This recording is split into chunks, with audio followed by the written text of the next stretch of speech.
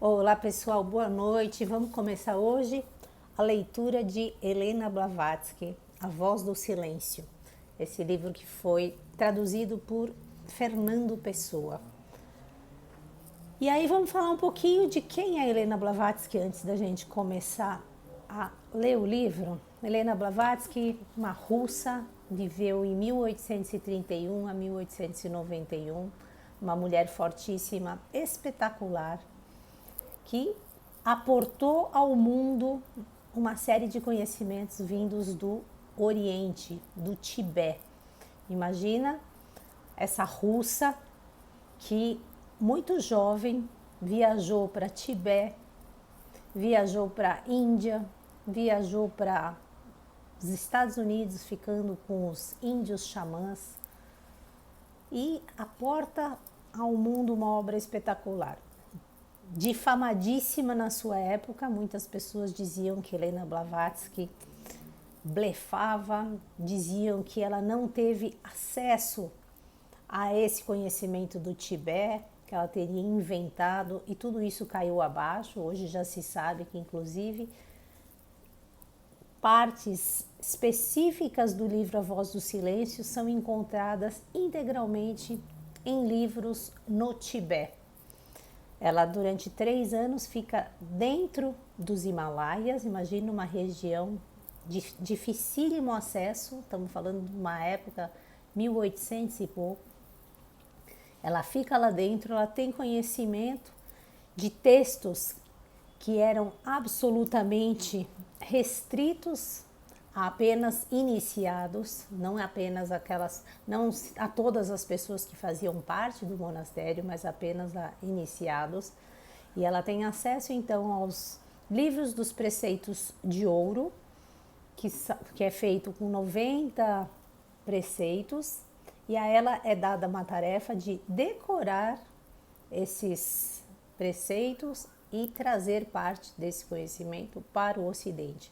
De 90 preceitos, ela consegue decorar 37, e dizem as pessoas que viram Helena Blavatsky escrevendo o livro que ela trazia de memória realmente todo esse conhecimento e transcrevia. Helena Blavatsky morreu com 60 anos, escrevendo até o último minuto, aportando tudo que ela poderia estar trazendo ao mundo. São diversas obras, A Voz do Silêncio é uma delas, e a gente vai começar então um pouquinho desse livro.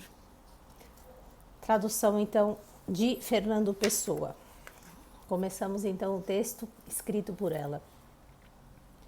As páginas seguintes são extraídas do livro dos Preceitos Áureos, uma das obras lidas pelos estudiosos do misticismo no Oriente. O seu conhecimento é obrigatório naquela escola cujos ensinamentos são aceitos por muitos teosofistas. Por isso, como sei de cor muitos desses preceitos, o trabalho de traduzi-los foi para mim fácil tarefa. É bem sabido que na Índia os métodos de desenvolvimento psíquico divergem segundo os gurus, professores ou mestres, não só porque eles pertencem a diferentes escolas filosóficas, das quais há 6, mas também porque cada guru tem o seu sistema, que em geral mantém cuidadosamente secreto. Mas, para além dos Himalaias, não há diferença de métodos nas escolas esotéricas, a não ser que o guru seja simplesmente um lama, pouco mais sabendo que aqueles a quem ensina. A obra de onde são os trechos que traduzo forma parte da mesma série daquela de onde são tiradas as estrofes do livro de Dzyan, sobre que a doutrina secreta se baseia, juntamente com a grande obra mística chamada Paramartha, a qual, segundo nos diz a lenda de Nagarjuna, foi ditada ao grande Arhat pelos Nagas ou serpentes, nome dado aos antigos iniciados. O livro dos preceitos áureos invoca a mesma origem. As suas máximas e conceitos, porém, por nobres e originais que sejam, encontram-se muitas vezes sob formas diversas em obras sânscritas, tais como Jna, Neshvari, esse soberbo tratado místico em que Krishna descreve a Arjuna em cores brilhantes a condição de um yogi plenamente iluminado e ainda em certos Upanishads. Isto, afinal, é naturalíssimo, visto que quase todos, se não todos os maiores arhats, os primeiros seguidores de Gautama Buda, foram hindus e drias e não mongóis, sobretudo aqueles que emigraram para o Tibete. As obras deixadas apenas por Arisanga são por si só numerosíssimas. Os preceitos originais estão gravados sobre lâminas oblongas delgadas, as cópias muitas vezes sobre discos. Estes discos ou chapas são geralmente conservados nos altares dos templos ligados aos centros onde estão estabelecidas as chamadas escolas contemplativas ou Mahayana, Yogacharya. Estão escritos de diversas maneiras, às vezes no idioma tibetano, mas principalmente em ideógrafos.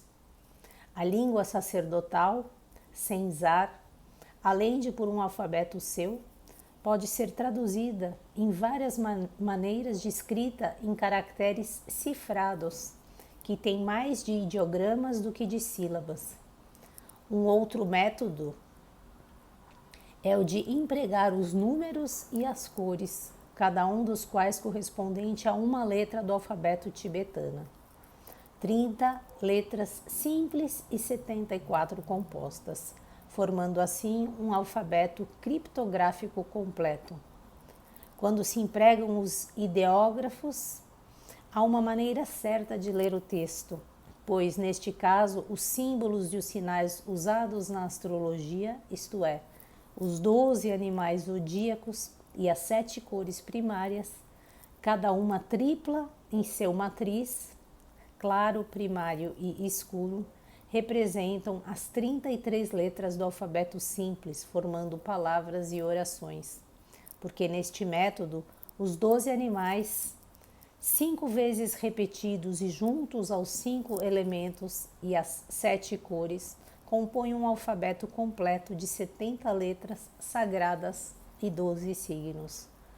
Um signo posto no princípio de um parágrafo indica se o leitor o tem de soletrar segundo o modo índio, em que cada palavra é apenas uma adaptação sânscrita, ou segundo o princípio chinês de ler os ideógrafos. Vou ler só mais um pouquinho.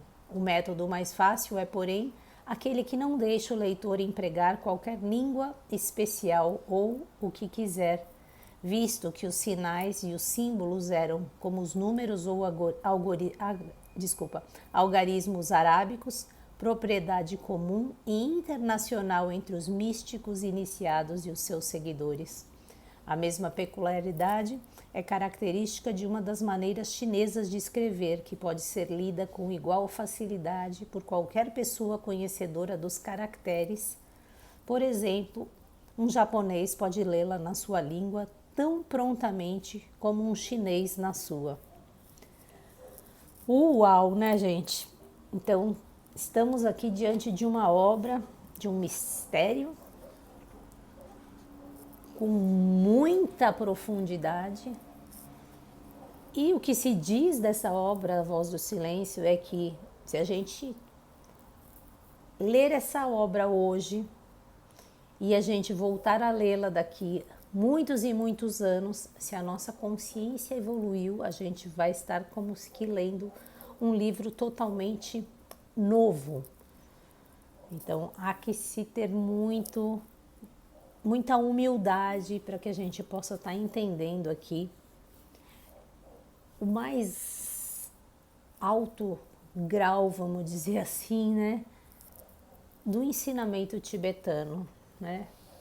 Então, por hoje é só, que vocês possam curtir esse livro, sugiro que cada um compre, leia, sublinhe, peça aí uma autorização especial aqui para Helena Blavatsky, para poder adentrar um pouco nesse conhecimento.